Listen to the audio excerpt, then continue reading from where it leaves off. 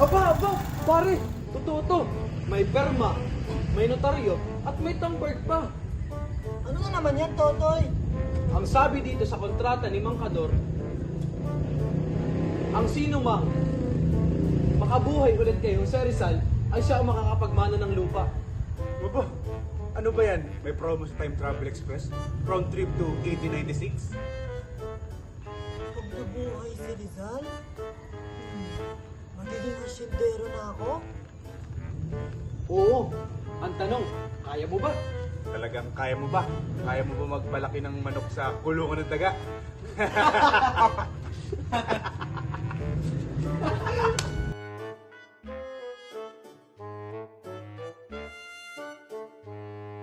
Mga gagong palamunin, wala na nga pambili ng suka, kung ano-ano pa sinasabi dyan.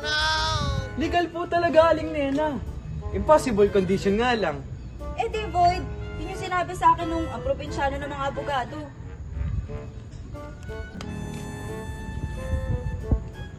SK! SK, paano pag sinabi kong ibibigay ko ang bahay ko kung mapapatigil mo ang araw sa langit? Depende kung may solar panel ba yan. SK naman! Walang power bank ang araw!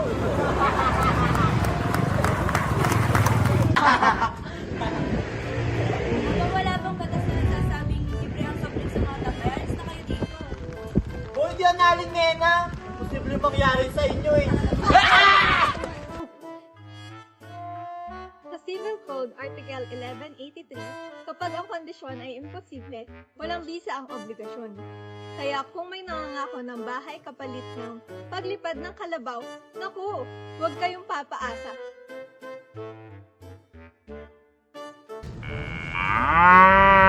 O ayan, perma na lang ni Dodong ang kulang. Yung obligasyon nyo kay Manong Kanor ha, huwag kalilimutan, dalhin ng buo ang itim na kalabaw bukas ng alas 10. Pwede po bang kalahati muna? Ngayon po yung sa harapan, bukas na lang yung sa pitan. Oh, baka pwede pa-deliver sa Lala Move. Kalabaw! Cut into two. Uy, hindi pwede yan. Indivisible obligation yan. Hindi pwedeng hatiin na parang big steak ang kalabaw. Hoy, Todo, bakit kalahating kalabaw lang diniliver mo sa akin kahapon? Wala po kasing traffic yung harap. Yung sa may pitan po, ayun, naiwan sa may EDSA. Aba, paano ko gagamitin sa bukid yun? Aabante ba yun? E di patalikod to muna. Reverse araro.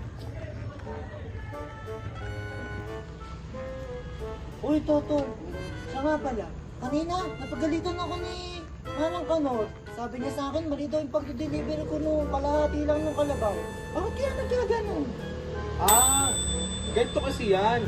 Under the Civil Code, Article 1225, kapag ang bagay na pinag-uusapan ay hindi pwedeng hatiin, ang obligation ay indivisible. So dapat, buong kalabaw na bigay, hindi pwedeng hatiin. Parang pag-ibig lang po pala, no? Hindi pwedeng tagsisigmenta lang. Ganyan lang din naman ang utak ng tatlo. Indivisible lang, pwede naman sa exam. Pero Aling Nena, yung utak ko na load, balik kalahati muna.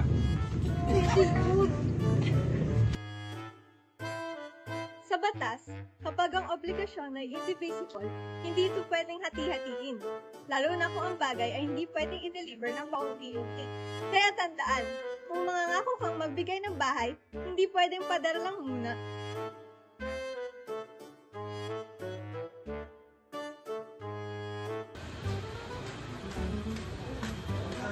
Aling Nena, magandang umaga po. Tungkol po sana din sa utang kong 200. Ayan na, nararamdaman ko na doon. Ikaw pala yan, Dodong. Ano, babayaran mo na. Hindi po eh.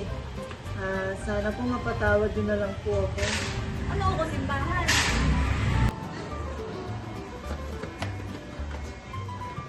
Sandali lang, Aling Nena. May karapatan po si Dodong. Kung gusto niyo patawarin ang kanyang utang, may tawag po dyan. Condonation or remission of debt. Uy, legal terms. Parang sinabi, sige, wag mo na bayaran, basta maghuhus ka ng pinggan. Eh, paano yun? Walang perma, walang papel. Pwede ba yun? Kung oral remission po at may clear intent na pinatawad ang utang at kung may written at possession ng promissory note, Automatic yan. Aling Nena, di ba sabi niyo po nun sa akin, bahala ka na sa buhay mo? Counted na po ba yun? Oo nga, sinabi ko yun habang umuutang siya ng isang araw. Ang ibig sabihin ko, sa bahala ka sa buhay mo, babayaran mo pa din. O siya, ganito na lang. Pinapataran ko yung utang mo, basta magtatrabaho ka sa 3 araw. Aling Nena, hindi po yung condonation. Ang tawag po doon, exchange for service. Tama po siya. Kapag may kapalit, hindi po yun remission. Hindi pinatawad, pinagtrabahuhan. Ayos ka rin, Dodong. Abogado ka na, dishwasher ka pa.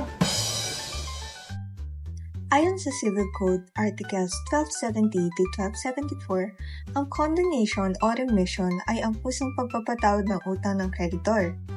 Kapag ito ay malinaw, voluntary, at walang kapalit, valid ito. Pero kung may kapalit, ibang usapan na yan.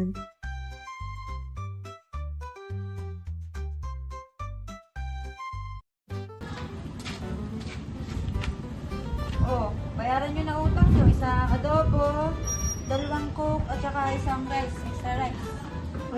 Aling Nena, si Boyot lang naman po kumuha ng 2 extra rice Uy, huwag tayo kumain ng adobo.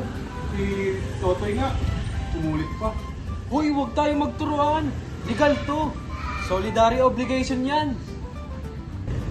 O ito, tingnan nyo. Ayon sa Article 1207, kung may 2 o higit pang debtor at may obligasyon ay solidary, pwedeng singilin ng kahit sino sa atin ang buong utang.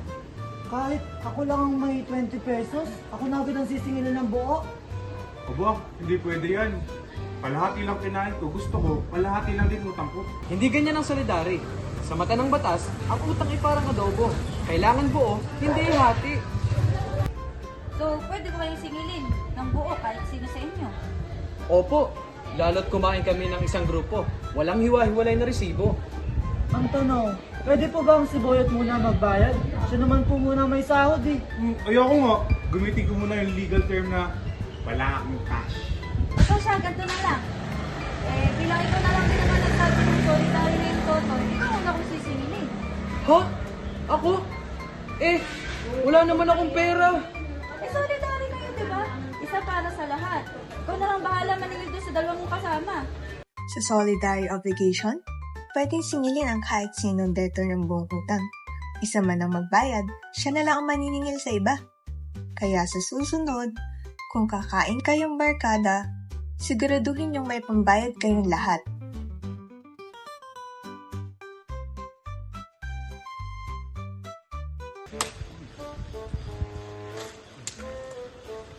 Uy, Dodong! Uy! Asa na yung manok na pinangako mong itong babayad mo sa utang mo? Deadline niya yun! Ay Boyet, masamang balita. Wala na si Manok. Nakita ko na lang kagabi, tinangay ng hangin. Nakita ko na lang, nililipad na kasama yung plastic bag. Naku. Drama mo na naman yan. Baka pinagsabi mo na yun, ha? Sandali lang mga pare. Ang kaso niyan ay pasok sa Laws of the Tingyu under Article 1262 ng Civil Code. Legal na naman to. Sige nga, Totoy. Paliwanag mo yan. Ang manok ay specific thing, hindi kahit anong manok. Dahil nawala ito at hindi kasalanan ni Dodong, hindi siya liable unless may delay siya. Ilit nyo na nga binayaran eh. Dapat ihapon nyo pa yung binigay. Kung ganyan, sabi sa Article 1268, si Dodong ay liable pa rin. Kasi delay siya. Kahit na wala ang manok, magbabayad pa rin siya. Ay lintik talaga yung delay na yan. Dapat pala on time ako nagsinungaling. Alam niyo kung ako papatuliin, mas okay pa sa akin mag-alaga ng resibo kaysa sa manok. At least yung hindi nalipad. Kapag ang specific na bagay na dapat ibigay ay nawala ng walang kasalanan ng debtor at hindi siya delayed, wala na siyang obligasyon. Pero kung may delay o negligence, mananagot pa rin siya.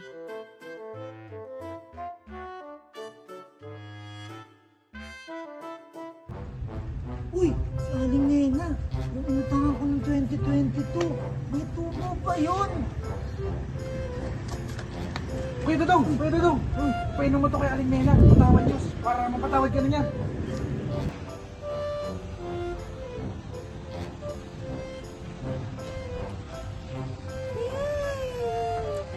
Ang Sarap!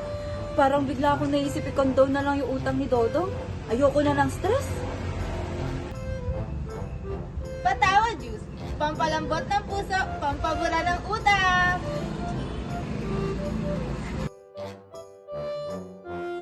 Tawa Juice.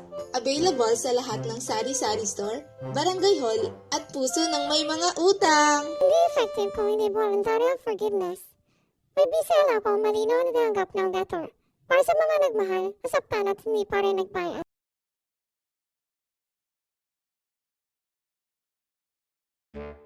Sa mundo ng tambay, walang permanenteng trabaho.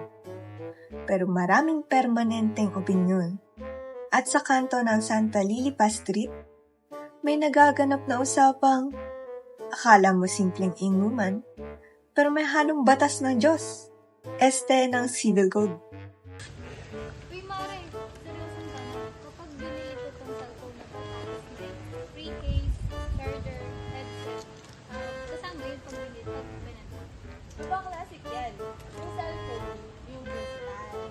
Tapos, yung headset, case, pati yung charger, yun yung maging accessory. Kailangan kasi yun para makumpleto yung cellphone.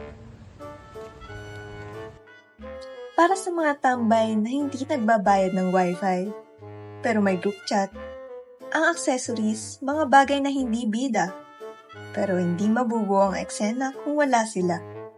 Parang sidekick. Parang ikaw, Roman. Oo, ikaw nga. Alam mo, accessory ka lang sa GC. Huwag ka na mag-chat ng scene. Tama. Parang love life ko. Ako ang principal, si Joe pa kasi. Uy, accessory sa kaguluhan ng lalaki mo. Tsaka ako eh, siya ang accessory. Ikaw naman ang junk. Sa bawat tambayan, may Rudy. Yung tipong pinaghalo ang wisdom at alak. Mas madami nga lang yung alak. At may nene, chismosa, galit sa lahat, pero updated kahit walang signal. So, kapag may lupa ako, tapos may tumubong bayabas, akin yun. Tumpak. Accession ang tawag dyan. Natural na bunga na pag-aari mo. Kumbaga, para yung nanay mo may bagong apo na hindi alam kung sinong ama. Wala akong Mga bagay na natural na lumilitaw sa pag-aari mo. Yan ang accession. Tulad ng bigote ni Mang Rudy. Hindi niya inaalagaan. Pero andyan. At wala na tayong magagawa. So, kung itong motor ko, pinilhan ko ng sidecar, accessory yun. Tama. Pero kung may sidecar ka, tapos wala kang motor, ang tawag doon, pangarap na iniwan. o relasyong walang direksyon. Ano? Tama. Minsan, may accessory ka nga, pero walang principal. Parang relasyon nyo, may effort, may dates, pero walang label. Girl, hindi ka refrigerator. Huwag kang magpaiwan na lang basta-basta. Akala ko, pala ko sa kanya, wala. Cellphone lang naman nilong. Oo naman. Mga mare, basta tandaan nyo, kapag meron kayong isang bagay, lahat ng natural lang doon, accession ang tawag. Tapos lahat ng bagay na kasama nun, yun yung accessory. Alam mo, kung may gym, dapat may pulutan. Kung may bahay, dapat may sofa. At kung may love life ka, sana all. Sa huli, tandaan natin, ang accessory, importante, pero hindi sapat para mabuo ang kwento. At ang accession, yan ang mga blessing na hindi mo hiningi, pero sa'yo talaga. Kaya kung jowa mo ay biglang nagka-sidecar sa ibang tao, malamang, accessory ka lang. Walang accessory ang nasaktan sa script na ito. At kung piling mo wala kang halaga, tandaan mo, mas may value ka pa rin kaysa sa free charger ng cellphone. Dahil ikaw ang principal ng sarili mong kwento.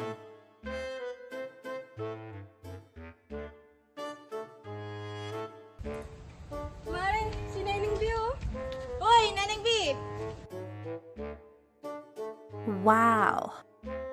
Hoy, shoutout sa mga kabataan dyan. Hoy, Mare. Aba, 3 buwan na yung utang mo sa aking 200. Ano, kamusta ka na? Grabe ka naman, hindi pa ako in delay. Nagbe-mental processing lang yung wallet ko. Sa mundo ng pangakong walang follow-up, dumarating ang tinatawag na delay o sa mga sosyal, mora. Pero hindi yan dance move. Yan ay pagka-default sa obligasyon. Mare, ang usapan natin, 2 araw. 3 buwan na yung utang mo. Aba, may interest na yan. Uy, di pa ako in delay. Wala ka naman formal demand. Ayun na naman kayo eh. Ayon sa civil code, may 3 uri ng delay. Mora solvendi, delay ng nagbabayad. Mora accipendi, delay ng tumatanggap. At compensation mo rate, yun yung delay nyo parehas. So, ako yung mora accipendi. Hindi mare, si Neneng B ang may utang, siya ang mora solvendi. Wala pa namang binibigay yung formal letter. Alam mo, sapat na ang verbal demand. Pero pag babot ka ng 3 buwan, delay ka na mare. Delay ka na kay Lord, delay ka pa sa batas. Kapag may utang ka at hindi ka nagbayad sa oras, wala kang karapatang umarte. Ang tawag dyan sa batas, default. Hindi default ng settings, kundi default ng konsensya. Uy, Nadine, patawad. Hindi ko sinasadya. Nagtiwala kasi sa akin yung sweldo ko, pero yung sweldo ko hindi nagtiwala sa akin. Sige na nga, bili mo muna ako ng soft drinks. Yun na lang muna. Ah, sige, babayaran kita ng soft drinks. Di ba 30 pesos yun? Basta tandaan nyo, pag may obligasyon kayo na hindi nyo tinupad sa tamang oras, di ka lang late. Legally late ka na. Sa pag-ibig, okay lang ang paasa. Minsan. Pero sa utang, delay ka na, may interest ka pa. Magbayad ka, o morang ka na.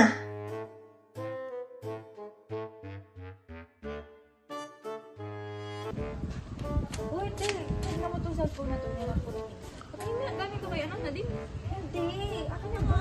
Patingin lang, tinigin ako pala. Akin na, patingin na. Ayan na, ulog na. Wala, di ko kasalanan yan. Ako na naman pagbibinta nga. Huwag mo ako sisihin, aksidente lang yun ha. Patingin nga, anong nangyari? Hala, basag na. Wala, di ko kasalanan yan ha. Uy, aksidente lang.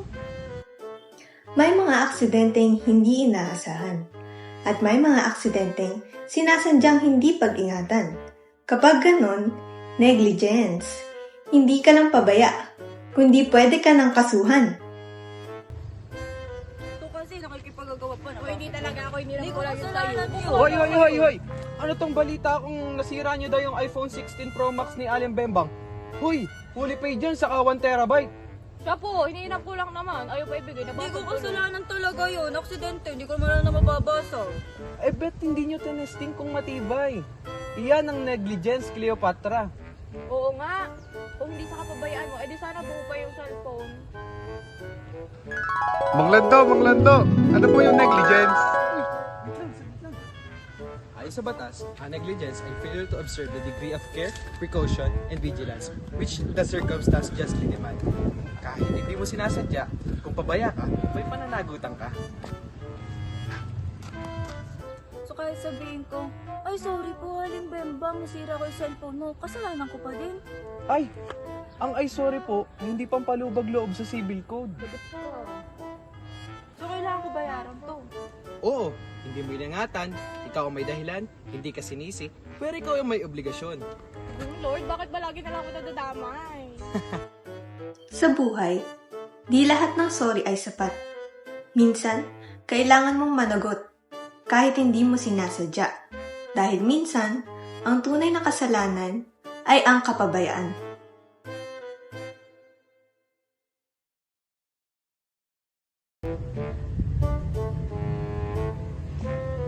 Uy, Mare, ito na talaga. Next week, babayaran ko na yung utang ko sa'yo. Ayan ka na naman. Sinabi mo na yan last week at yung week before that. At yung ban bago ipanganak yung pamangkin ko. So, Nadine, itanong ako, may limitasyon ba ang pagiging paasa? Meron. Ayon sa batas, kapag ang isang obligasyon ay walang specific na kailan gagawin, pwede nyo itong ipaayon sa korte. So pag sinabi ko hindi ko pa babayaran yung utang ko, hindi pa ako obligado ng bayad. Depende. Kapag ikaw yung nagsabi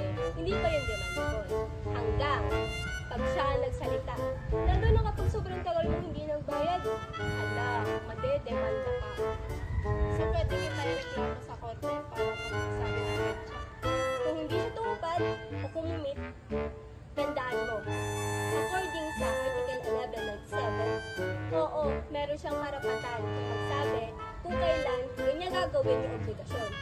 Pero, pwede mo ipa-fix kapag hindi siya tumukan. Kapag puro bukas na lang ang sagot mo, at wala ka pa ring petsang binibigay, hindi na yan hintay. Abuso na yan. At sa batas, hindi uso ang paasa. Oh, eto, bigyan mo ako ng date. Dinner date ha. Due date. Kasusunod na sweldo? Kailan? Siguro kapag may overtime ako. Ano ba yan, Naning B? Ano ba yan? Hindi na naman malinaw. Pwede ka nang pilitin ng korte na magbayad. Hindi yan na yan obligasyon. Paasa ka na.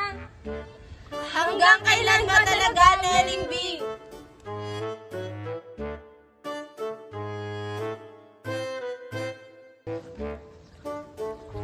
Uy! Andyan pala kayo. Alam nyo ba? Munti ka na akong magka-jowa kahapon. Munti? Ano nangyari? Ay, nawala naman ng load. Eh, di hindi ko na text. So, hindi ka nagka-jowa dahil sa fortuitous event? Ano? Tapos bakit na magbayad? Fortuitous event.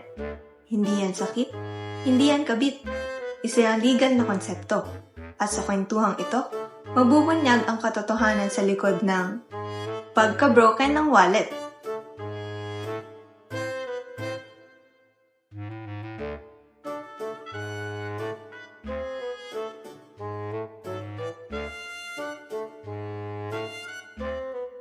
Ay naku talaga ikaw diwata. Pero ito, may kwento ako. Speaking of malas, bumili ako ng earphones. Orange, 899. Pero maganda dito, may LED lights. Astig, di ba? Eh? Saan mo nabili? Sa Facebook Marketplace. Meet up sa kanto, tapos ayun, wala siya. Tapos, edi yun nga, inabot ko yung bayad. Pagkaabot ko ng bayad doon sa bata, tumakbo. Nabangga pa ako ng motor, nabasag tuloy yung earphones. Tapos, Gusto ko nga sana habulin. Tinawagan ko yung seller pero ayaw sumagot. Sabi naman nung tropa ko legal-minded. fortuitous event yan, bro. Lagi na ako nawawala sa usapan. Ano ulit ibig sabihin mo? Sa kanto, maraming kwento. Pero minsan, kahit chill lang, may lesson kang matututunan. At sa mga bagay na hindi natin kontrolado, ang sagot ng batas, fortuitous event. So, ibig sabihin, kunwari nadalas ako, tapos nabagsak ko yung phone, hindi ko siya kasalanan. Depende. Kapag sinadya mo madulas, kasalanan mo yan. Kung hindi mo kasalanan at wala kang kapabayaan sa'yo o sa iba, fortuitous event yan. Hindi ka na pwedeng habulin. So, ibig sabihin, yung 899 po, dapat kalimutan ko na. Oo, pare. At least, hindi 900. Ganyan talaga ang buhay. Minsan, hindi mo kasalanan. Minsan, sama lang talaga tayo mo.